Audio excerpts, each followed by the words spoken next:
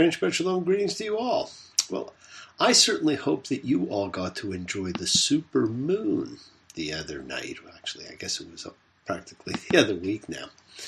And it was pretty fabulous to see the moon that close to us.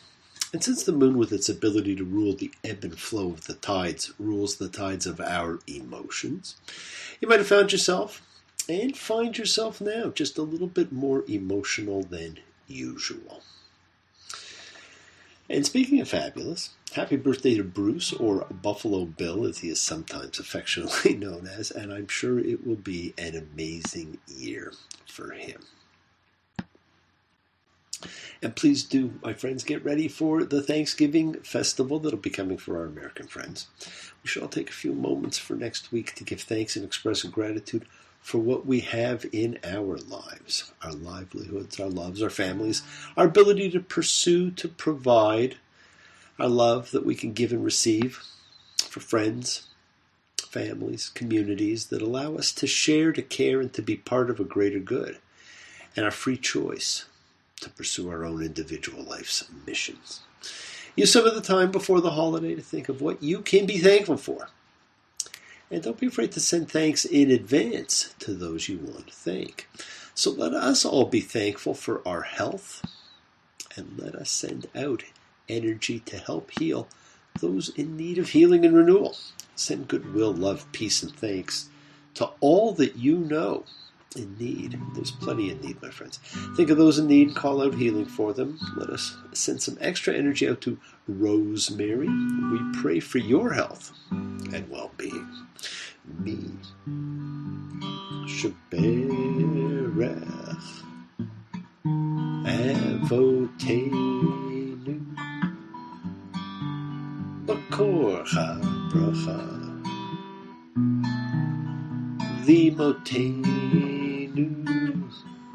May the source of strength, who blessed the ones before us, help us find the courage to make our lives a blessing.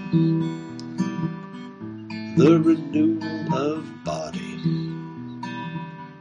the renewal of spirit, and let us say Amen. Mishmerach, let us all have our spirits renewed. Well, friends, last week was the Go Cat Go Parsha. This week we have Highway 61 revisited, Vayera, and he appeared. Now this is another one of those where do you begin Parshas. I'm sure you've noticed the whole book of Genesis is a whirlwind of adventure. This week we meet angels and have more angelic encounters than anywhere else in the Bible. We have the judgment of Sodom and Gomorrah. And God keeps his Noahic covenant as he brings destruction again, but not by water this time, but by raining fire. God knows it's a struggle. God knows it's a crime. God knows ain't gonna be no more water, but fire next time. And it was. He did not rain water, he rained fire.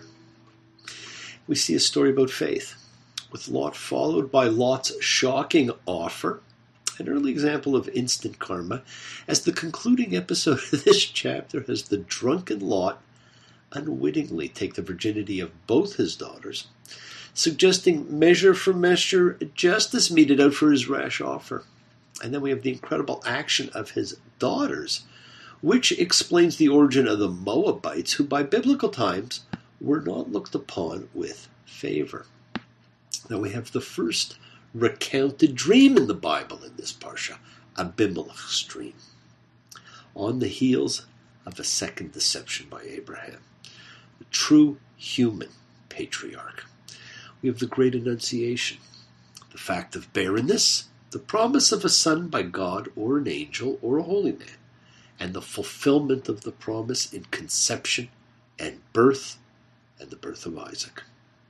We have the exile of Hagar and Ishmael, which we talked a little bit about last time. And we have the binding of Isaac, the Akedah, the quintessential reading of the Hebrew Bible. Now, of course, the last two parts we read every year during the High Holy Days because they both speak to the same thing, the theme of the year, faith. Hagar is told it will be all right. Her son will live and thrive, and Abraham is told to take Isaac to a place he'll be told, and then to prepare him as a sacrifice. And his faith knew nothing other than to obey. Now, friends, we see the interplay between father and son as fascinating. It's simply fascinating, and it as an item has been replayed millions of times over the last 3,500 years. It's not time to make a change. Just relax. Take it easy. You're still young. That's your fault. There's so much you have to know. Find a girl. Settle down. If you want to, you can marry. Look at me. I'm old, but I'm happy. How can I try to explain? When I do, he turns away again.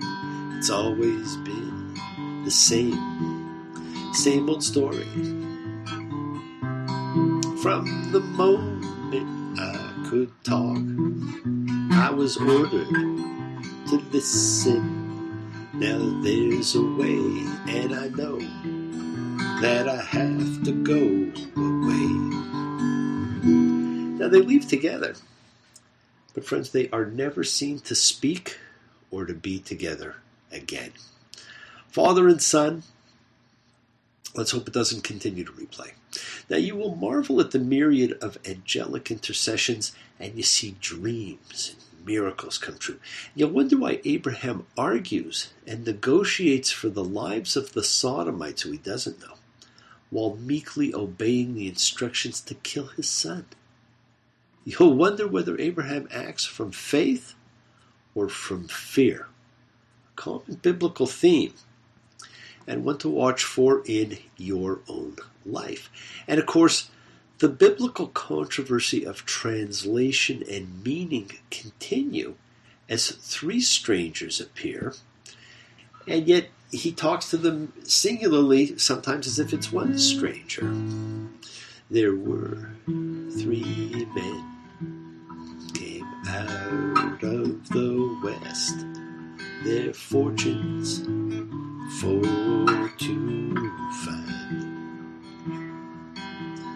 And these three men made a solemn vow: Sodom and Gomorrah must die. Well,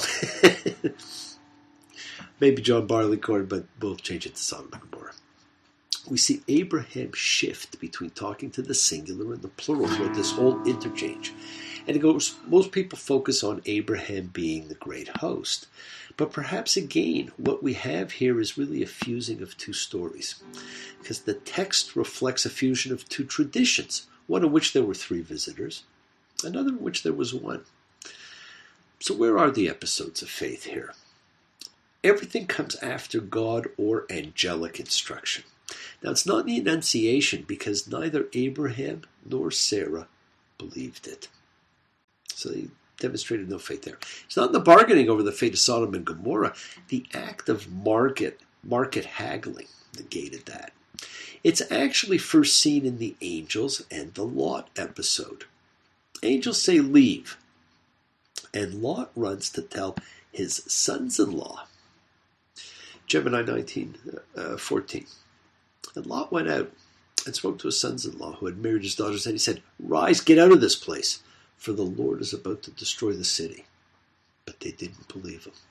Well, neither, of course, did his wife when the angel whisked them outside and said, "Flee for your life, don't look behind you, and don't stop anywhere on the plain."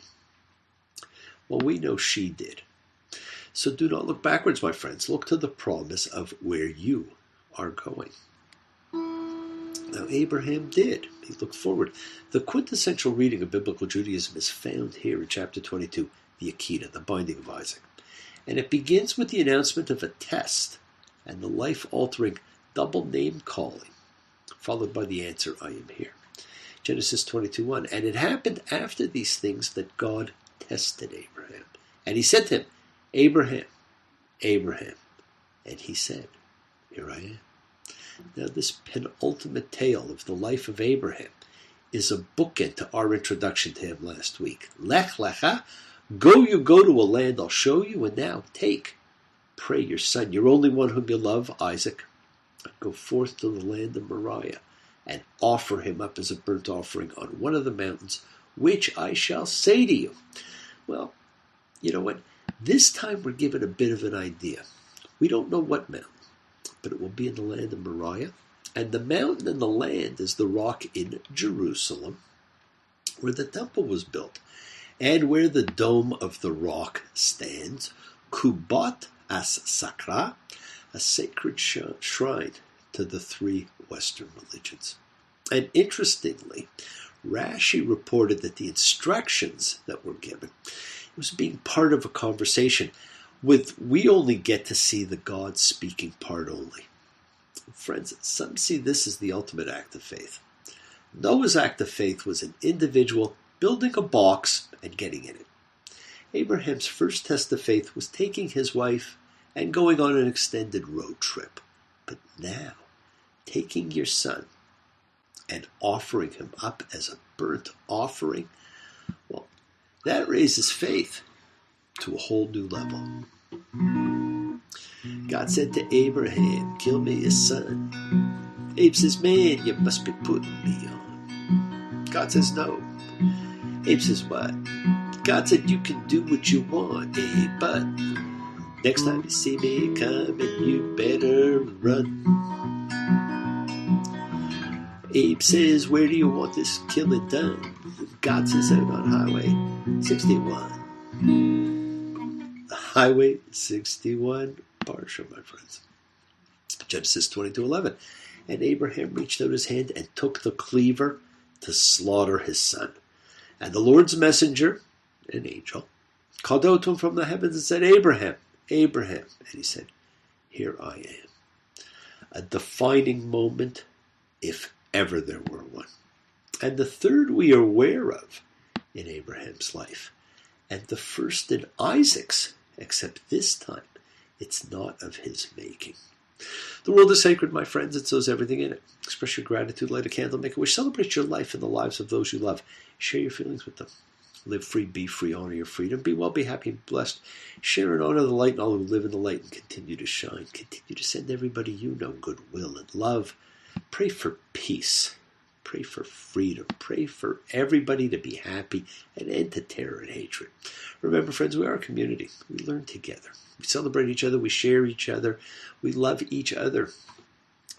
Men and women equally. Let us send out love, not fear.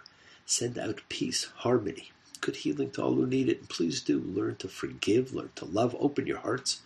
Honor the relationships of your life. Tell those you love that you love them. Take advantage of the time you have. Enjoy the journey.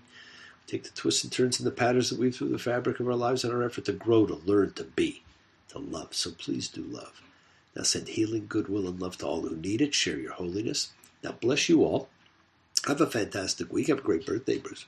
Week of love and light, a week of peace and healing for you to honor the people of your life. Honor the journey you are on. And friends, keep your eyes open to what you may not be seeing. Keep your ears open and listen to the world around you. And remember, this is an organic book. The lessons, the laws, the ethics, the ritual changes with the times. It's how it stays current, relevant, new, meaningful, and continues to provide us with insight and with answers. Remember, we set in motion all that happens in our lives, our intention, our cause, our effect. Everything is linked. Now, as I've said, you always have time to forgive and to be forgiven. You do have that knowledge of what is good and bad.